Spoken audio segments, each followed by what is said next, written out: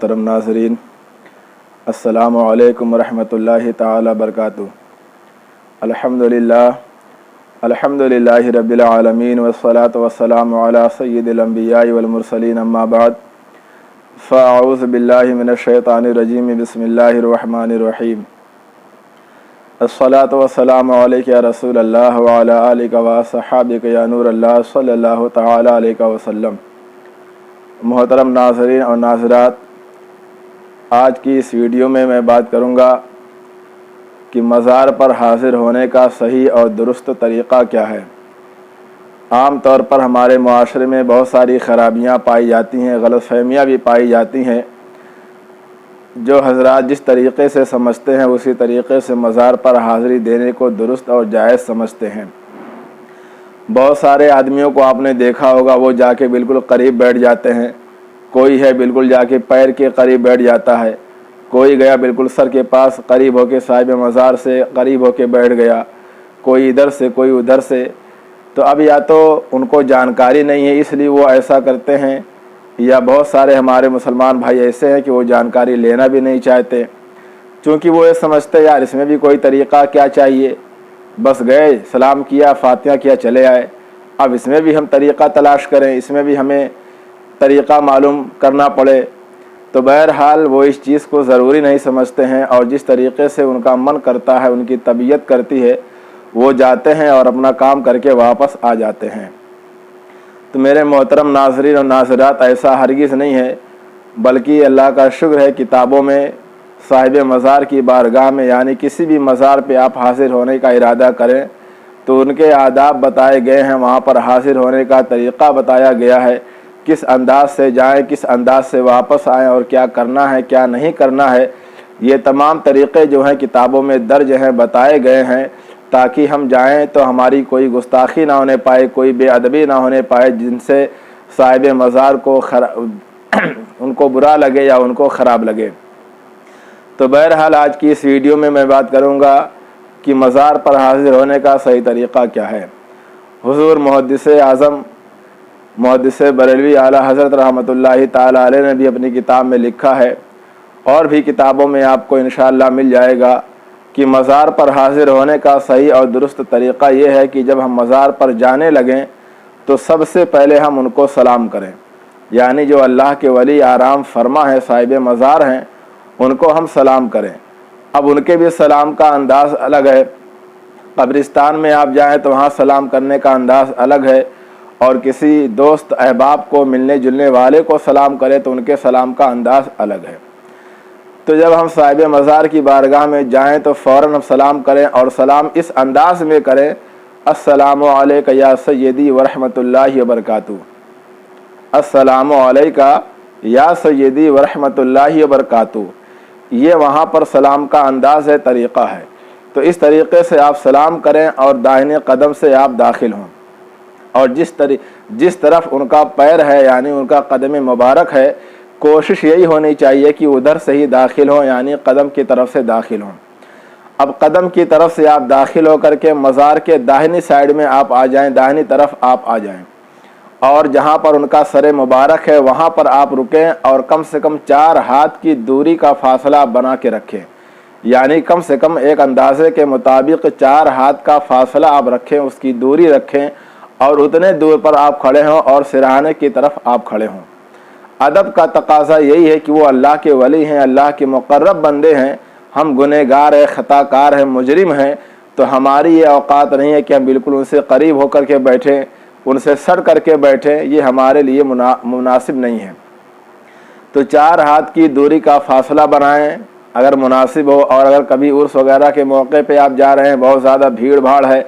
ऐसा करना मुमकिन नहीं है, तो वो एक अलग बात है, लेकिन फिर भी दिल में अदब का ख्याल रखना ज़रूरी है कि ऐसी कोई बेअदबी या गुस्ताखी ना होने पाए जिनसे इनको या अल्लाह रब्बुल आलमीन को तकलीफ़ या नाराज़गी का सबब बने। तो बहरहाल 4 हाथ की दूरी का फासला बनाएं, मुनासिब यही है। और उसके बाद आप नहायत ही अदब के साथ मुतवस्सित अंदाज़ में, मुतवस्सित आवाज़ में, यानी ना ही बहुत ज़्यादा तेज़ आवाज़ में और ना ही बहुत ज़्यादा हल्की आवाज़ में कि ख़ुद भी ना सुन पाएँ, तो मुतवस्सित आवाज़ में, दरमियानी आवाज़ में, मीडियम आवाज़ में आप जो है فاتحہ پڑھنا شروع کریں۔ اب فاتحہ بھی پڑھنے کا بہت طریقہ ہے، بہت انداز ہے۔ جس طریقے سے ہم گھر میں نظر و نیاز کرتے ہیں اس طریقے سے بھی آپ پڑھ سکتے ہیں، لیکن اگر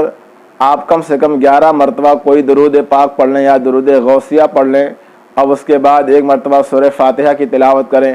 اور اس کے بعد 7 مرتبہ سورہ اخلاص کی تلاوت کریں، پھر اس کے بعد 1 مرتبہ کم از کم آیت الکرسی کی تلاوت کریں، اور اس کے بعد بھی اگر آپ کے پاس اور وقت ہے اور آسانی ہے، بھیڑ بھاڑ نہیں ہے،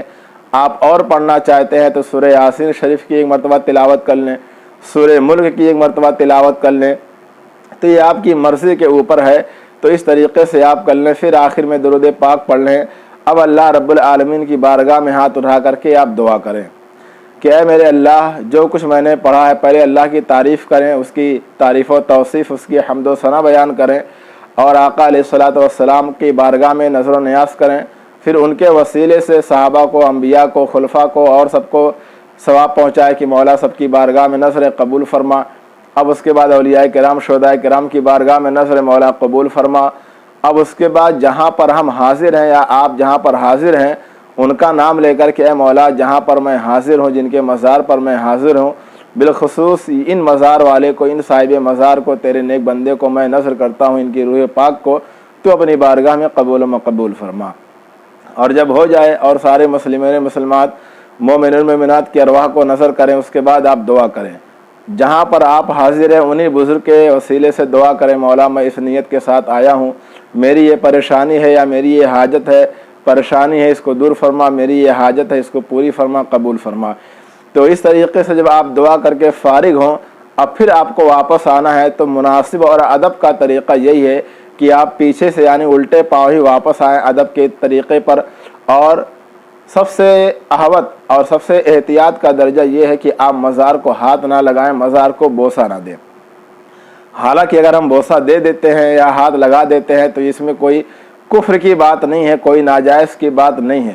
لیکن احتیاط کا درجہ یہ اس لیے ہے کیونکہ بہت ساری مزار پر جب ہم جاتے ہیں تو بے احتیاطی دیکھنے کو ملتی ہے، بہت زیادہ خرابیاں دیکھنے کو مل جاتی ہیں۔ مزار پر بوسہ دینے کو تو آپ چھوڑ دیئے، مزار پہ لوگ گر جاتے ہیں، مزار پہ چڑھ جاتے ہیں۔ تو بہرحال ہم سنی مسلمانوں کا عقیدہ یہی ہے کہ یہ غلط ہے، اس طریقے سے نہیں کرنا چاہیے۔ تو علماء کرام نے اس سے بچانے کے لیے مناسب طریقہ اور احتیاط کا طریقہ یہی دے دیا ہے کہ اس سے بہتر طریقہ یہی ہے کہ آپ اس کو چھوئیں نہ، آپ اس کو ہاتھ نہ لگائیں، بوسہ ہی نہ دیں، تاکہ مزار پر چڑھنے کا، مزار پہ گرنے کا معاملہ ہی پیدا نہ ہو، تاکہ دوسرے دیکھنے والوں کو اعتراض کا موقع نہ مل سکے۔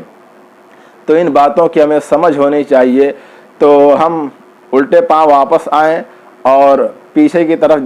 جدھر سے ہم داخل ہوئے ہیں ادھر سے ہم نکلیں۔ اب پھر وہی اسی طریقے سے ہم سلام کریں، السلام علیکم یا سیدی ورحمۃ اللہ تعالی وبرکاتہ، اور ہم چلے آئیں۔ تو یہ مناسب اور بہتر طریقہ یہی جو کتابوں میں بتایا گیا ہے کہ ہم مزار پر کس طریقے سے حاضر ہوں، کس طریقے سے سلام کریں، کس طریقے سے فاتحہ کریں، اور پھر کس طریقے سے واپس آئیں۔ تو آج کی اس ویڈیو میں نے مناسب سمجھا کہ اس پر بات کی جائے۔ بہت زیادہ اس میں بے احتیاطی پائی جاتی ہے، بہت زیادہ غلطیاں، خرابیاں پائی جاتی ہیں، دوسرے مکتب فکر کے لوگ اس پر اعتراض بھی کرتے ہیں، طعنہ زنی بھی کرتے ہیں، لیکن ہم تو اس غلط فہمی میں اور اس خوش فہمی میں مبتلا ہیں کہ ہم تو سنی مسلمان ہیں، ہم تو ٹناٹن سنی ہیں، ہم جو بھی کریں ہمارا ہر عمل جائز ہے، ہمارا ہر کام صحیح ہے۔ میرے دوستوں، ایسا نہیں ہے۔ جو کتاب میں درج ہے وہی طریقہ مناسب ہے، جو ہمارے علماء نے، ہمارے فقہاء نے، ہمارے بزرگان دین نے ہمیں بتلایا ہے، وہی طریقہ صحیح ہے۔ تو آج ہمیں نیت کرنا پڑے گا کہ ہم بری رسموں کو اور غلط طریقوں کو چھوڑ کر کے علماء کرام کی کتابوں کے حوالے سے جو آج میں نے آپ کے سامنے پہنچایا ہے اس پر عمل کرنے کی کوشش کریں، اور ان بات پر پورا عمل کرنے کی کوشش کریں۔ اللہ کی بارگاہ میں دعا ہے کہ ہمیں دین اسلام کی صحیح سمجھ عطا فرمائے اور اولیاء کرام سے وابستگی اور محبت کرنے کی توفیق عطا فرمائے۔ آمین۔